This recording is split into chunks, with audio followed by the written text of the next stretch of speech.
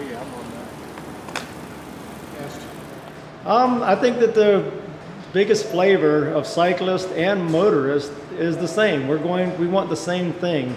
A motorist and a cyclist both want to be as far apart from each other as soon as possible without incident.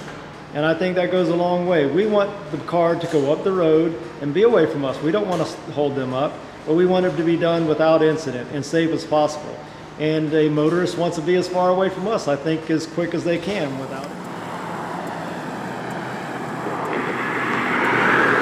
In Georgia now, just this past summer, there was a law passed called the 3-foot law, which requires a motorist to give the cyclist 3 feet when passing, coming up from behind and in front. And 3 feet's about a little longer than the length of your arm.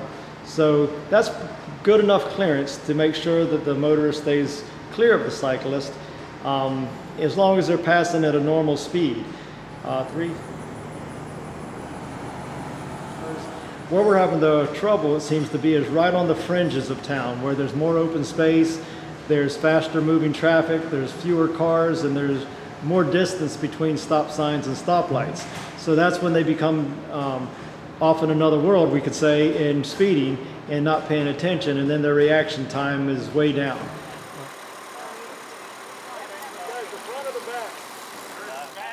Riding with a lot of different cyclists in the area, we see that there's a lot of different types of riding.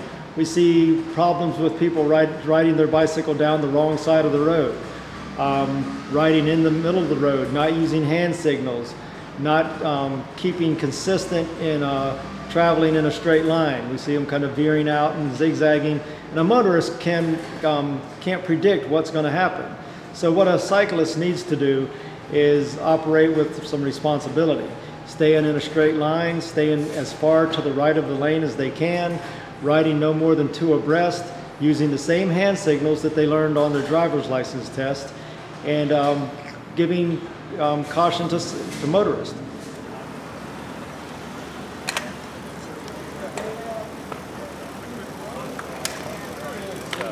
We've had Dr. Burke, Dr. Dickinson, and I'm not familiar with the man's name that was hit on Tobacco Road, but as one rider told me, it's taken the innocence away from cycling. Before we would ride, and sure, we would get harassed and get bothered every once in a while, but we were used to that. We get that when we're driving our car as well. But this has taken it to another level. We have some people that have gone to riding on the greenways only, or riding their bikes out at Fort Gordon, where the speeds are enforced a little bit more and there's a little less traffic, and there's a beautiful area to ride out there. And then there's just been more caution. You have us talking before every ride, we're going over the road rules of the road.